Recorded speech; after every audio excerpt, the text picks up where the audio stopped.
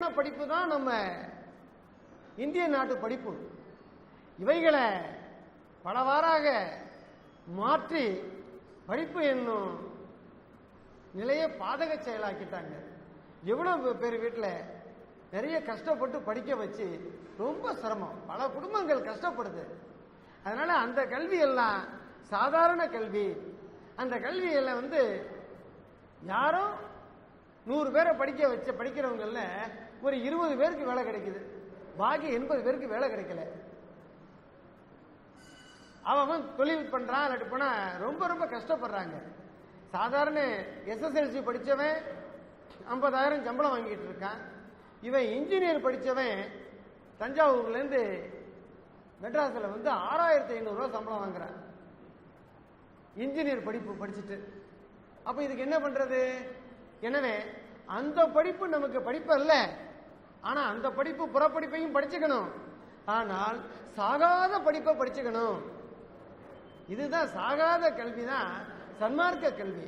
நம்ம இளமையிலேயே அவர்களுக்கெல்லாம் இந்த சாகாத கல்வியை கற்றுக் கொடுத்தல் வேண்டும்.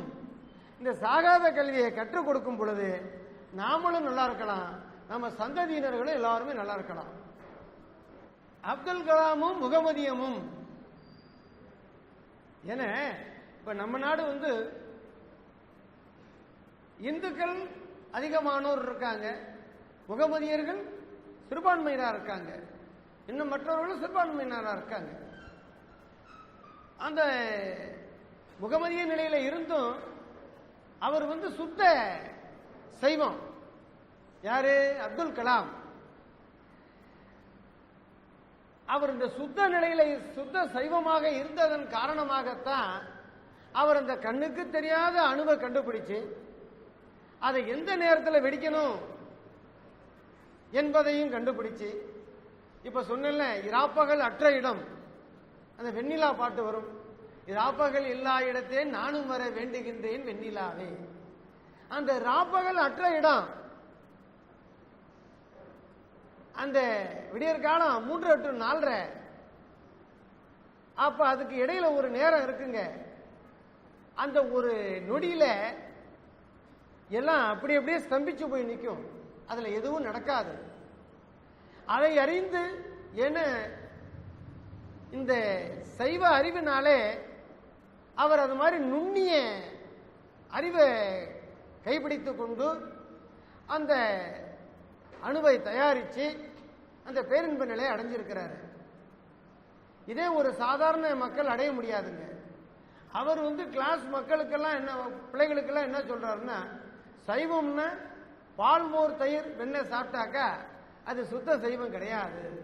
ஏன்னா பால் மோர் தயிர் என்பது மிருகத்திலேருந்து முறிச்சு ரத்தத்தை முறிச்சு ஊனாக வர்றது தான் அது. அதனால அதை சாப்பிட்டோம்னா எந்த நேரத்திலையும் ஹார்ட் அட்டாக் வரும், பலவிதமான நோய்கள் வரும். ஏன்னா அதனுடைய செல்லு வேற. நாம அந்த மிருகத்திலிருந்து அடுத்தது மனித பிறவிக்கு வந்துட்டோம். அப்ப நம்மளுடைய செல்லு வேற. நம்மளுடைய தாய்ப்பால் தான் நம்ம குழந்தைக்கு ஒத்துக்கும். அதே நேரத்தில் பசும்பாலை கொடுக்கும் பொழுது உடனே வயிற்றால போகுதில்ல குழந்தைகளுக்கு, ஒத்துக்காது. அதனால பால் மோர் தயிர் இவைகளை தவிர்த்திடுவது நல்லது. இந்த ஞான நிலையில போறவங்களுக்கு பால் மோர் தயிர் இவைகளை தவிர்ப்பதும், இந்த சுகர் பிபி இது மாதிரி சீக்கு உள்ளவங்கெல்லாம் பால் மோர் தயிரை தவிர்த்துருங்க. இப்ப நிறைய இது மாதிரி சொல்றாங்க. அதனால பால் மோர் தயிரெல்லாம் தவிர்த்திடணும். இப்ப அடியவன் கிட்டத்தட்ட ஒரு 150 சுத்த சன்மார்க்க குடும்பத்தை உருவாக்கி இருக்கேன். அவர்கள் எல்லாம் பால் மோர் தயிர் வெண்ணெய் நெய் எல்லாம் சாப்பிடாத குடும்பம், மற்ற தெய்வங்களை வழிபடாத குடும்பம், ராமலிங்க பெருமானையே குலதெய்வமாக ஏற்றுக்கொள்வது, அதுதான் சுத்த சன்மார்க்கம். இன்னும் நிறைய இருக்கு அதுல சிஸ்டம். அவர்கள் வீட்டில் தாங்க அடியவன் சாப்பிடுவேன். மற்ற இடங்கள்ல சாதாரண சன்மார்க்கி வீட்டில் அடியவன் சாப்பிட மாட்டேன். அவர்கள் தொட்டதையும் அடியவன் சாப்பிடவும் மாட்டேன். அந்த சுத்த சன்மார்க்க வாழ்க்கை, அந்த வாழ்க்கை தான் வாழ்ந்து கொண்டு இருக்கின்றேன்.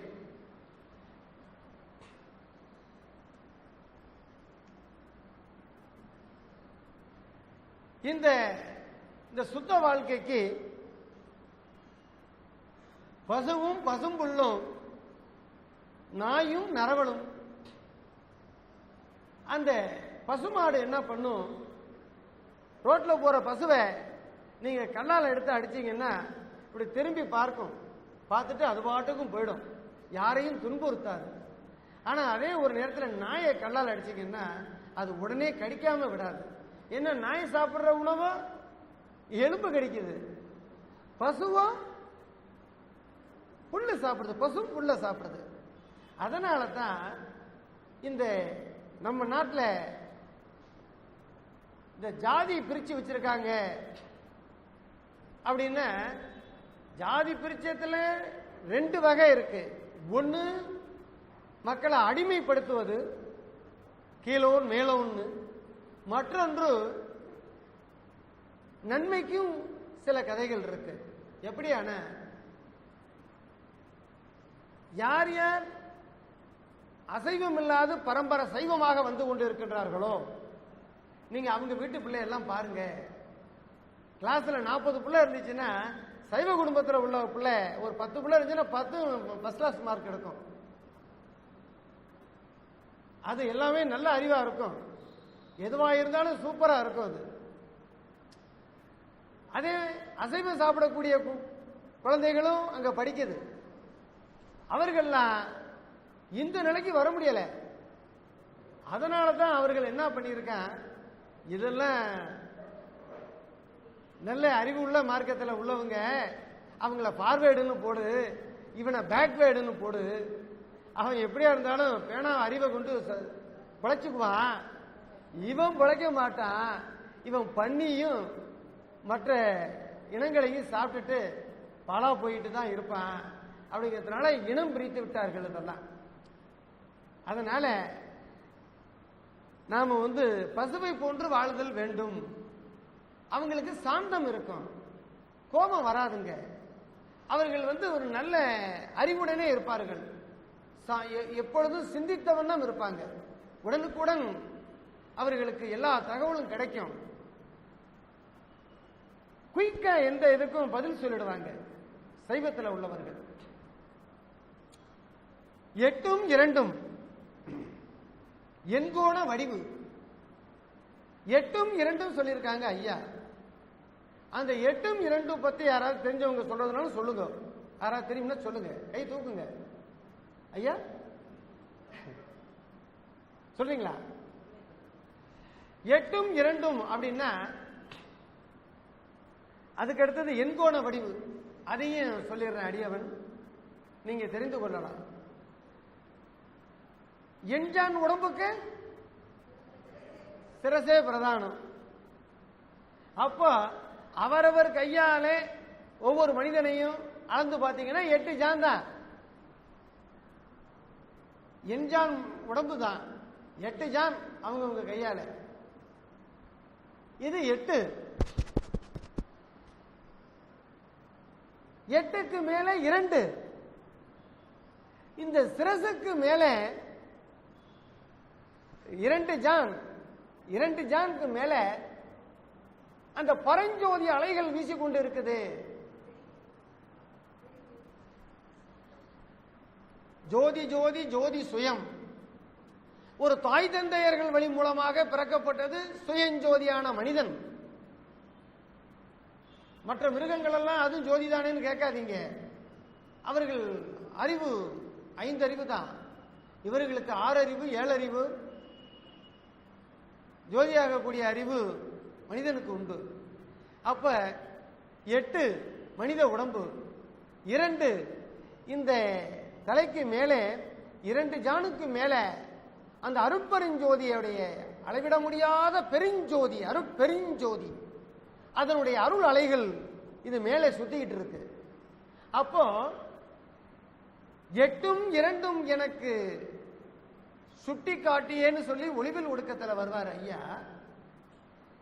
அதே அகவல்ல சொல்லுவாரு, 8ம் 2ம் அறிவித்து எனக்கு பட்டி மண்டபத்தில் பதித்தமை தந்தையேம்பார்.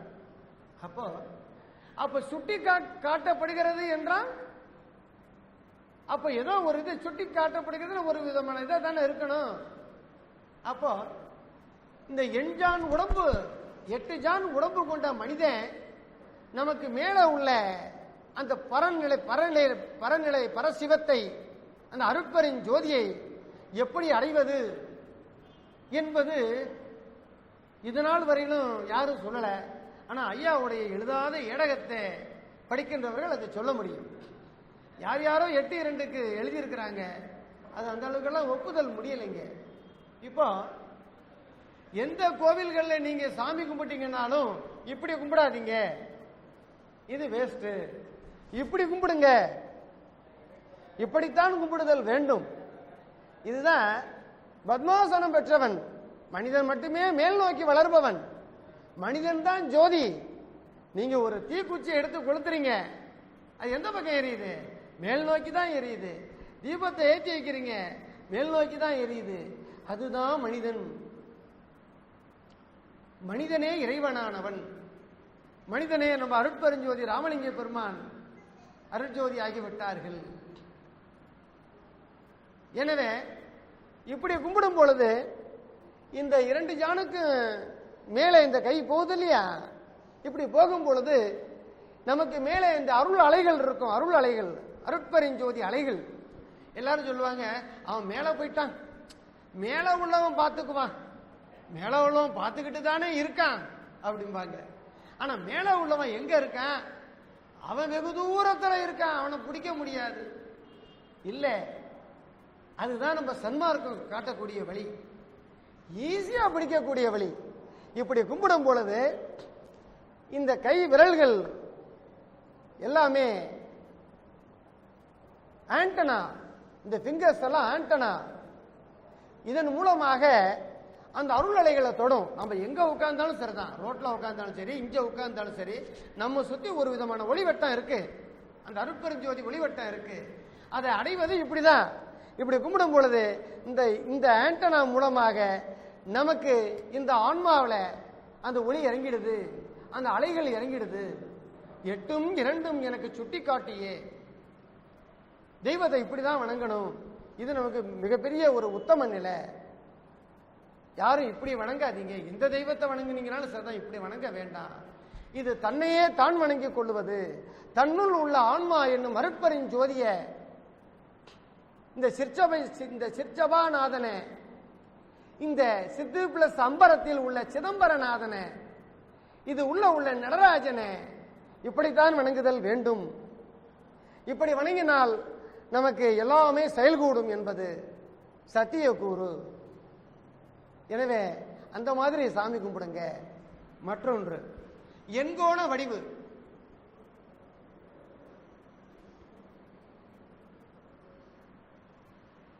அகவுள்ளதான் வருது. அதுவும் சபையென துல்மன தான் அமர்ந்து எமைக்க அவயம் அளித்ததோர் அருட்பெருஞ்சோதி. அப்ப சபை என்ன எங்க இருக்கு? நாம் இந்த மாதிரி ஒரு சபையை கட்டி வச்சுக்கிறது, அதுல 10 பேருக்கு தானே சாப்பாடு போடுறது, இது புறத்தில் உள்ள செயல். சிற்சபையெல்லாம் எல்லாமே இதுதான். அது இந்த சபையே இந்த மனிதன் தான் சபை. வடலூர்ல உள்ள எண்கோண வடிவுல உள்ள சபை இந்த மனிதன் தான். இந்த மனிதன் உடம்புல தான் எண்கோணமும் இருக்கு, 8 கோணங்களும் இருக்கு. எனவே இந்த மனிதன் அதை அறிவதில்லை. அவன் போய் அந்த சத்தியஞான ஜோதியை நின்று வணங்குறானே தவிர அதை தன்னுள் கொண்டு வர்றது இல்லை, தன்னை உணர்வதில்லை. தன்னை அறிந்தின்பமூர வெண்ணிலாவே ஒரு தந்திரம் நீ சொல்ல வேண்டும் வெண்ணிலாவே. அந்த தன்னை அறிந்து இன்புறுதல் வேண்டும். ஆகா, நம்ம ஒரு பெரிய மானிட பிறவி, நாம இனிமே பிறக்க வேண்டியதில்லை, நாம சாகாத நிலையை அடைந்து கொள்ளலாமே. ராமலிங்க பெருமானுடைய வழிபாட்டில் வந்தா சாகாத நிலையை நாம பெற்றுக் கொள்ளலாமே. இவ்வளவு தூரம் சொல்றானே ராமலிங்க பெருமான், இவ்வளவு தூரம் எழுதி வச்சிருக்கிறாரு, அவர் இப்படி அடைஞ்சு காட்டி இருக்கிறாரு, நாம ஏன் சாகணும்? சாகாத நிலையை அடையணும் என்று யார் ஒருவர் எண்ணினாரோ, ஆணாக இருந்தாலும் பெண்ணாக இருந்தாலும் அவர்களே சபை. அதுக்குதான் சபையென துல்மன தான் அமர்ந்து எனக்கு அபயம் அளித்ததோர் அற்பெருஞ்சோதி. அப்போ அந்த சபை என்பது நல்ல அப்படி சம்மணம் கொட்டி இப்படி உட்கார்ந்து இருக்கும் பொழுது இது ஒரு இங்க உட்கார்ந்து காட்டலாம் கோணம், இது ஒரு கோணம், இது ஒரு கோணம், இது ஒரு கோணம், இது ஒரு கோணம், இது ஒரு கோணம், இது ஒரு கோணம், என் கோண வடிவு. நீங்க எண்ணி பாருங்க, 8 வருதான்னு. 8 வருதா? இதுதான் எண்கோணம். இந்த எண்கோண வடிவை தான் அவர் சபையா கட்டி இருக்கிறாருங்க. என்னை அப்படினாலும் இவன் ஏண்டா இவன் 8 கோணத்தை கட்டி இருக்கிறாரு அப்படின்னு கேட்பாங்கிறதுக்காக தான் அவர் அப்படி கட்டி இருக்கிறாங்க. எண்கோண வடிவு 1 2 3 4 5 6 7 8. இதுதான் கலசம், இதுதான் சிதம்பரம். நீங்கள் கடலூர் மாவட்டத்தில் உள்ள சிதம்பரத்தை நோக்கி போக வேண்டியது இல்லை. இதுதான் சித்து செய்ய வேண்டிய இடம். சித்து செய்யக்கூடிய அம்பரம் சிதம்பரம். இதுதான் சிதம்பரம். அதனால இந்த எண்கோண வடிவு இந்த மனிதனுக்கிட்டே இருக்குது.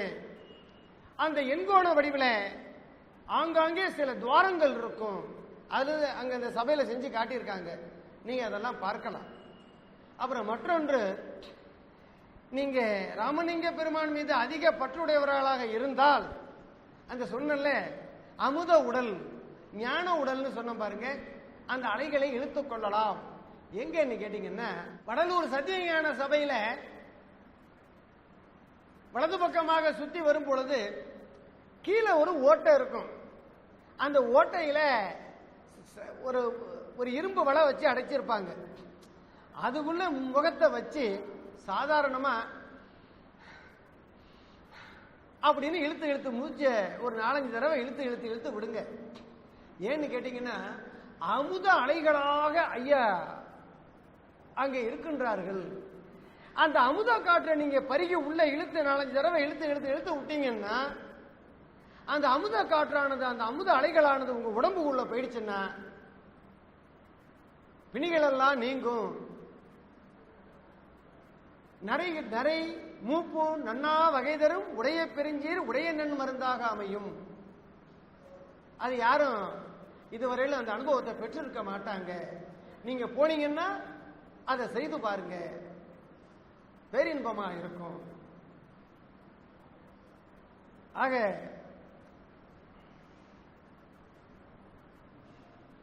இது நல்ல நேரமும் கெட்ட நேரமும்.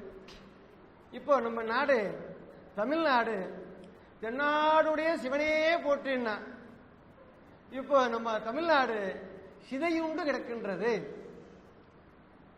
பல அரசியல்வாதிகளாலும் பல மக்களாலும் தமிழ்நாடு ரொம்பவும் சிதைஞ்சு போய் எந்த கதையும் சாதிக்க முடியல. ஒரு நல்ல பஸ்ல போக முடியல, எந்த வாழ்க்கையும் அனுபவிக்க முடியல. காரணம் என்னவென்றால்,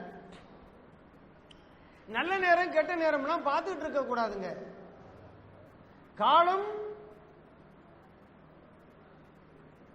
காலனை வென்றதுதான் காலம். அப்படிங்கிற போது திடீர்னு ஒரு நாள் அதிகாலையில எங்க பார்த்தாலும் நோட்டீஸ் ஒட்டி இருக்கப்பட்டது. இன்னைக்கு சசிகலா அம்மா இன்னைக்கு சாயந்தரமே மதியமே திடீரென்று பதவி ஏற்கிறாங்க அப்படின்னு. எல்லாரும் என்னடா அது, இந்த அம்மா தான் எல்லாம் ஆட்சியில் எல்லாம் செய்வாங்களே, செய்ய போறாங்க போல இருக்கு அப்படின்னு நினைச்சுக்கிட்டு எல்லாருமே சடன் ஏற்பாடு பண்ணணுன்னு யாரும் ஒன்றும் அப்ஜெக்ஷன் தெரிவிக்கிறவங்க, அதுக்கு கோர்ட்டுக்கு போறவங்களெல்லாம் முடியல. ஏன்னா இது காலைல 11 மணிக்கெல்லாம் செய்ய போறாங்கன்னு கோர்ட்டு துறக்கத்துக்குள்ளே செஞ்சு பண்ணலான்ட்டு பாருங்க. எல்லாரும் ஒத்து வந்து, அந்த கவர்னரும் ஒத்து வந்து, எல்லாருமே ஒத்து வரக்கூடிய நேரத்தில், ஓபிஎஸும் ஒத்து வரக்கூடிய நேரத்தில் இந்த அம்மா சரி நம்மள வெளில யாருமே இல்லைன்ட்டு, இல்லை இல்லை இது இன்னொரு 4 நாள் ஆகட்டும், நல்ல நாள் பார்த்து நல்ல நேரமும் நல்ல நாள் பார்த்து நம்ம பதவி ஏற்றுக்கோன்னு சொன்னாங்க. பதவி ஏற்க முடிஞ்சுதா? ஏற்க முடியல. நல்ல நாளும் கெட்ட நாளும் நாம பார்த்து செய்வதில்லை, நம்மளுடைய நல்ல மனதிற்கு தான் அடுத்தவன் வாழ்வதற்கும் அடுத்தவர்களுக்கு நன்மை செய்வதும் அந்த பரோபகாரிக்கு தான் அந்த நிலைகள் உடனே உடனே சித்திக்கும். அதாவது காலம் கடந்த கடவுளை காணற்கு காலம் கருதுவதேன் நெஞ்சே காலம் கருதுவதேன். அதாவது கடவுள் காலம் கடந்தவன், அவனுக்கு காலம் கிடையாது, நேரம் கிடையாது, இரவு கிடையாது, பகல் கிடையாது, நல்லவன் கிடையாது, கெட்டவன் கிடையாது. நல்லார்க்கும் பொல்லார்க்கும் நடுநின்ற நடுவாக உள்ளது அருட்பெருஞ் ஜோதி. அப்பேரியப்பட்ட பெருமான் காலம் கடந்த கடவுளை காணற்கு காலம் கருதுவதேன் நெஞ்சே காலம் கருதுவதேன். அந்த காலம் கடந்த இறைவனை காண்பதற்கு இல்ல சாயந்தரம் சாயரட்ச பூஜையில போய் கலந்துக்குவோம், இப்ப வேண்டாம். இல்ல இந்த மத்தியானம் 12 மணிக்கு பூஜை நடக்கும், அப்போ போய் சேர்ந்துக்குவோம். இவன் டைம் வைப்பான், அப்பதான் போன் வரும், உடனடியா இங்க கோர்ட்ல அட்டன் பண்ணு. அல்லாட்டு போனா யாராவது சொந்தக்காரவங்க கூப்பிடுறாங்க, இப்படி வந்துடும். அதை எந்த நேரத்தில் நமக்கு தெய்வத்தை சிந்திக்க முடியுதோ அந்த நேரத்திலேயே பற்றார பற்றி கொள்ள வேண்டும். இது எல்லாமே இந்த நேரத்தில் எல்லாம் பார்த்துக்குவோம், அடுத்தது பார்த்துக்கோன்னுட்டு இருப்பாங்க. கூத்தன் என்னும் பெரும்பாவி வந்துடுவான் அங்கே. அப்ப இவன் படுத்திருப்பான், ஆவுன்னு. அப்ப அதுக்கு பாலை ஊத்துவான், அதுக்கு ராமான்னு சொல்லு, சிவசிவான்னு சொல்லுவான். இவனுக்கு ஏற்கனவே சிவசிவா சொல்லியிருந்தாலும் அவன் சிவசிவா சொல்லுவான். சிவசிவா சொல்ல வேண்டிய நேரத்தில் மற்றவைகளை சொல்ல வேண்டியது, ராமனை பார்க்க வேண்டிய நேரத்தில் ராவணனை பற்றி சிந்திப்பது, பச்சை மூங்கில படுக்க போற நேரத்தில் இவன் பாலை ஊத்தி ராமானு சொல்லும்பா. சொல்ல முடியாது. எப்படி சொல்ல முடியும்? அங்க கூத்தனும் பெரும்பாவி அழைச்சிட்டு போயிடுவாங்க. அப்புறம் அடங்கு நாள் இல்லாத அமர்ந்தானை காணற்கே தொடங்கு நாள் நல்லதன்றோ நெஞ்சே தொடங்கு நாள் நல்லதன்றோ. அடங்கு நாள் அந்த மனம் இன்னைக்கு அடங்கும், நாளைக்கு அடங்கும். அருட்பெருஞ்சோதி இன்னைக்கு எனக்குள்ள அடைக்கிருவேன், நாளைக்கு எனக்குள்ள அடைக்கிருவேன், அது அடங்க முடியாது. அடங்கு நாள் இல்லாத அமர்ந்தானை காணற்கே தொடங்கு நாள் நல்லதன்றோ தொடங்கு நாள் நல்லதன்றோ. இப்ப ஹைகோர்ட்ல இருந்து ஒரு பப்ளிக் பிளீடர் ஒருத்தர் வந்தார் இப்போ அடியவனை பார்ப்பதற்கு.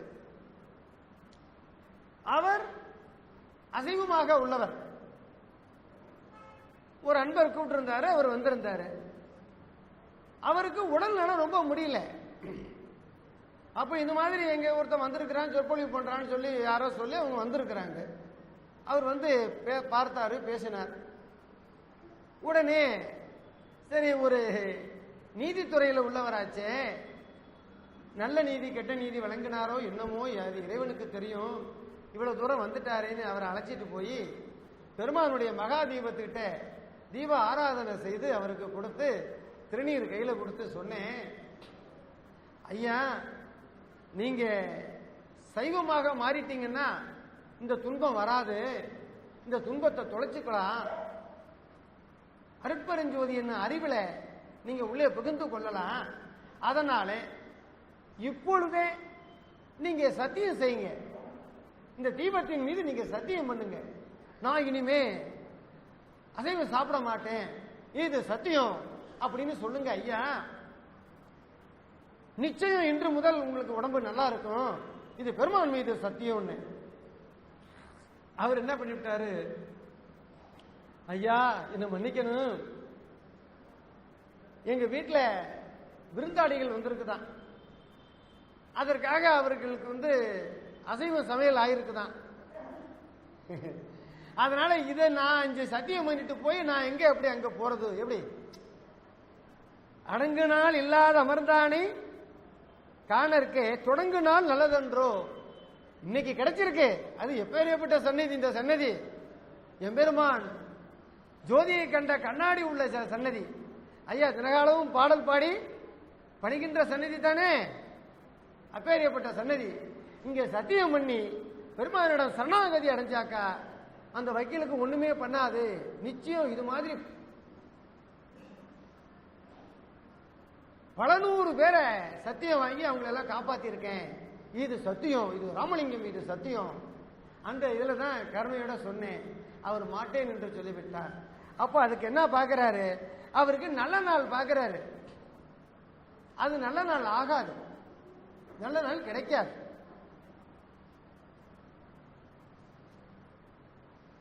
அப்புறம் முன்ன சொன்னேன், இந்த மனிதன் தான் தெய்வம், நீங்க தான் இந்த எண்கோண வடிவு சபை, சபையென துல்மன தான் நமந்து எமக்கே அவையம் அளித்ததோர் அற்பெருஞ்சோதி என்று சொன்னேன். அப்போ ஜோதி எங்க இருக்குன்னு சொன்னேன், அருட்பெருஞ்சோதி ஆன்மா எங்க இருக்குன்னு சொன்னேன், தன் தலையில இந்த இடத்துல இருக்குன்னு சொன்னேன். அப்போ தன்னுடைய ஆன்மாவை தான் வணங்குவதற்கு தடை எதுவும் உண்டோ? தடை உண்டா ஐயா? தடை உண்டா? தன்னுள் உள்ள ஆன்மாவை வணங்குவதற்கு தடை ஏதும் உண்டா? தடை கிடையாது, தாராளமா வணங்கலாம். தடையாதும் எல்லா தலைவனை காணற்கே தடையாதும் இல்லை கண்டாய் நெஞ்சே தடையாதும் இல்லை கண்டாய். தடையில்லாத தலைவனை காண்பதற்கு தடை இல்லை, நீ இப்பொழுதே வணங்கு என. இப்போ அங்க எரியுது அந்த மகாதீபம், அந்த ஐயா அங்க உட்கார்ந்து இருந்தாங்க. எப்படி இருந்தாலும் எனக்கு ஒரு நப்பாசை, ஏன்னா அடியவன் அதை பார்த்து பார்த்து தான் அதன் உள்ள இறங்கி தான் பேசிட்டு இருப்பேன். அதனால கொஞ்சம் நகர்ந்து கொள்ளுமாறு சொன்னேன். சரி, அந்த தீபத்தை அவர் மறைக்கிறாருங்க. இந்த நெத்தியில உள்ள தீபத்தை யாரு மறைக்க முடியுமோ? அதை தாராளமா கும்பிடலாமே. இதுக்கு தடையாதும் இல்லை, தடையாதும் எல்லா தலைவன், இந்த தடையாதும் இல்லாத தலைவனை காணற்கே தடையாதும் இல்லை கண்டாய் நெஞ்சே தடையாதும் இல்லை கண்டாய். தடையில்ல, ஒன்னுள்ள உள்ள இறைவனை காண்பதற்கு தடையில்லை. அதனால அது தடை என்று நினைத்து விட்டுடாதே. அதே போல என்னை பார்க்க வேண்டுமானால் உன்னை பாரு, உன்னை பார்க்க வேண்டுமானால் என்னை பாருங்கிறார் ஐயா. நீங்க எல்லாம் படித்து அறிந்திருப்பீர்கள். முன்னாடியே சொன்னேன், ராமலிங்க சுவாமிகள் தன்னுள்ளே இருப்பதாக எண்ணி தன் உடம்பையே ராமலிங்க சுவாமி உடம்பாக மாத்துங்க. இதுக்கு ஆண்பால் பெண்பால் இல்லை, அழி இல்லை, எல்லாமே ஒண்ணுதான் அப்படின்னு சொன்னேன். அப்போ அந்த மாதிரி ராமலிங்க சுவாமிகளை பார்க்க வேணும் அப்படின்னா அவர் முக்காடு போட்டுட்டு நம்ம ஐயா மாதிரி வந்திருப்பாரு, இல்ல என்ன மாதிரி குல்லா போட்டுட்டு வருவாருன்னா என்றது கூடாது. அவர் சொன்ன என்ன, அருட்ஜோதி ஆணையன் என்று அரையப்பா முரசு அப்படின்னு முரசரையே சொல்லிவிட்டாரு. அப்ப அருட்ஜோதி ஆனவரை மீண்டும் உருவத்தில் பார்ப்பது, அதுக்காக எண்ணுவது ஒரு தவறான ஒன்று, அறியாமை.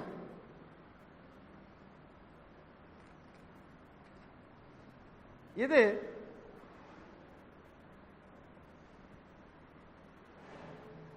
ரமணரும் அடியவனும். அந்த ரமண மகரிஷி, இது முன்னாடி நடந்ததுங்க.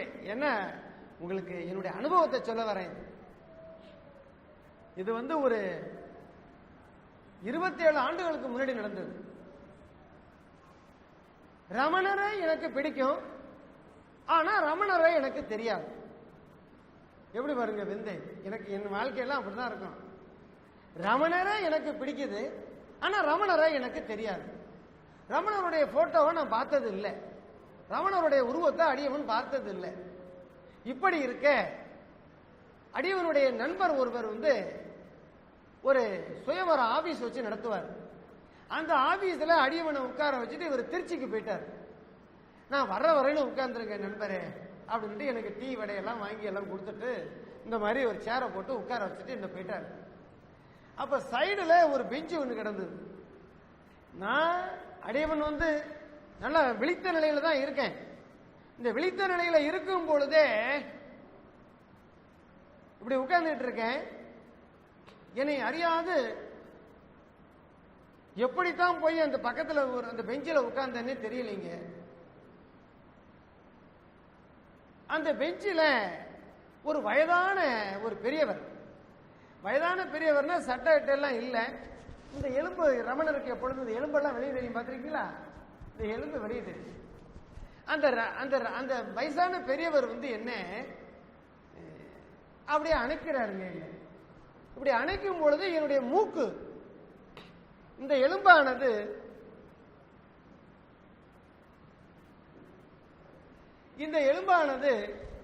அந்த ரமணருடைய எலும்புல படுது.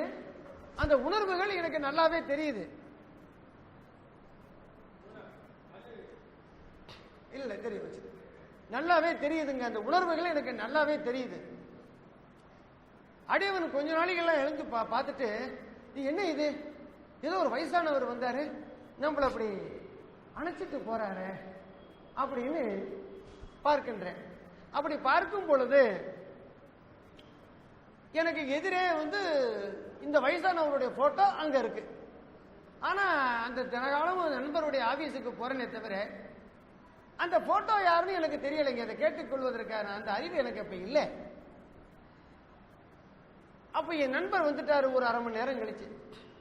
ஐயா, என்ன திடீரென்று யாரும் இல்லை, நான் அந்த பெஞ்ச் இங்க உட்கார்ந்து இருந்தேன், சீட்ல உட்கார்ந்தேன்னா அந்த பெஞ்சில் போய் உட்கார்ந்த மாதிரி ஆயிடுச்சு. எனக்கு என்ன ஒரு வயசானவர் என்ன இப்படி என்ன அணைச்சாரு. எனக்கு என்னமோ எனக்கு துன்பங்கள் எல்லாம் நீங்கினது மாதிரி இருந்துச்சு, ஒரு பெரிய இன்பமா இருந்துச்சு. ஆனா சட்டை போடாத பெரியவர், நான் பாக்குறேன் அதே பெரியவர் போட்டோ அந்த மாட்டி இருக்கியா, இது யாரு யாருன்னு கேட்டேன். ஏங்க இவரை தெரியாதா உங்களுக்கு? தெரியாது. யார் என்று சொல்லு. இவரு தாங்க ரமணரு. என் வாழ்க்கையில சத்தியமா நடந்ததுங்க அது. எனக்கு ரமணர் அப்போ எனக்கு ரொம்ப சில கஷ்டமா இருந்த நேரம் வந்தது. நேரம் இந்த ரமணர் என்ன அணைச்ச மாத்திரத்துக்கு அந்த துன்பம் எல்லாம் என்னை விட்டு மறைஞ்சு போச்சு. அப்புறம் தான் எனக்கு பேரின்பம் ஏற்பட்டு போயிட்டு, அடாடா அடாடா ரமணரா ரமணரா ரமணரான்னு சொல்லி உடனே 2 நாளைக்கெல்லாம் கிளம்பி ரமண ஆசிரமத்துக்கு போயிட்டேன். திருவண்ணாமலைக்கு போனேன். அங்க போய் அங்க தியானம்லாம் பண்ணிக்கிட்டு வந்தேன். எதற்காக சொல்றேன்னா, அப்படியெல்லாம் ஞானிகள் நம்மளை அணைப்பது உண்டு, எல்லாம் தருவது உண்டு. ஆனால் தன்னுடைய அறிவினால் அதையெல்லாம் சிந்திக்க வேணும். என்ன நடந்துச்சுன்னு சொல்லி சிந்திக்கணும். அப்படி சிந்திச்சாதான் நமக்கு என்ன நடந்தது,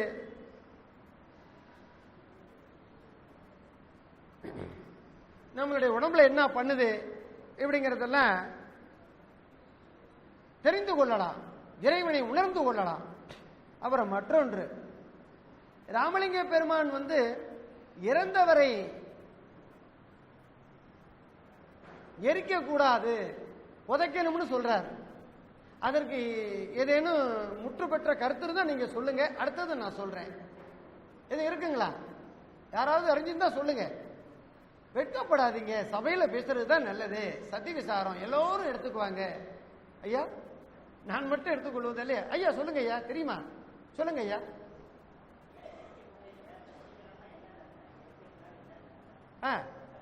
அப்படி விஷயம் தெரியுமா?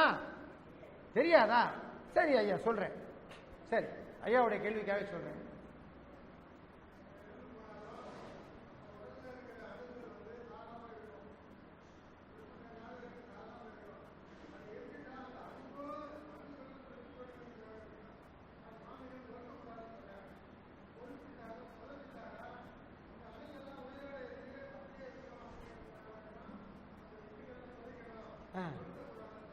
ரொம்ப சந்தோஷம். அது ஒரு விதமான இது ஒத்துக்கொள்ள வேண்டியதுங்க. இன்னும் பரிபூரண நிலைன்னு ஒண்ணு இருக்கியா, அதை சொல்லி பிறகு தாங்களும் தெரிந்து கொள்ளுங்கள். ஏன் இறந்தவரை புதைக்கணும், ஏன் எரிக்க கூடாதுன்னு ஐயா சொன்னார்களே. ஆனால் இப்ப நாம எல்லாரும் இந்த சத்து விசாரத்தில் கூடியிருக்கிறோம். இதற்கு மெயின் காரணம் யாரு? அடிகளார் செல்வ பூபதி ஐயா அவர்கள் தான். அவர்களுக்கு தான் இந்த நன்றி கடனை நாம தெரிவிக்கணும். என்ன சில முக்கியமான நிகழ்வுகள் எல்லாம் நாம் இன்னைக்கு அறிவதற்கு அவதான் மெயினா நிக்கிறார். எனவே அது ராமலிங்கத்தில் பாதி. இறந்தவரை எரிக்க கூடாது, ஏன் புதைக்கணும்னாங்க. இப்ப இந்த சத்திய விசாரத்துல அடியவன் இதுதாங்க சத்திய விசாரம், இது உண்மை விசாரம், இது அருட்பெருஞ்சோதி ஞான விசாரம். அப்ப எனக்கு வயிற்றுக்கு எந்த நேரத்தில் வேணாலும் ரெண்டு போட்டுக்கலாம், என் செவிக்கும் என் சிந்தைக்கும் இந்த செய்தி கிடைக்காதே என்று நீங்கள் இயங்கும் பொழுது உங்களுடைய மலர் பாதங்களை எல்லாம் தொட்டு வணங்குகின்றேன். என இந்த மாதிரி உற்ற அடியார்களை ஒன்றிணைத்தது செல்வபூபதி ஐயா.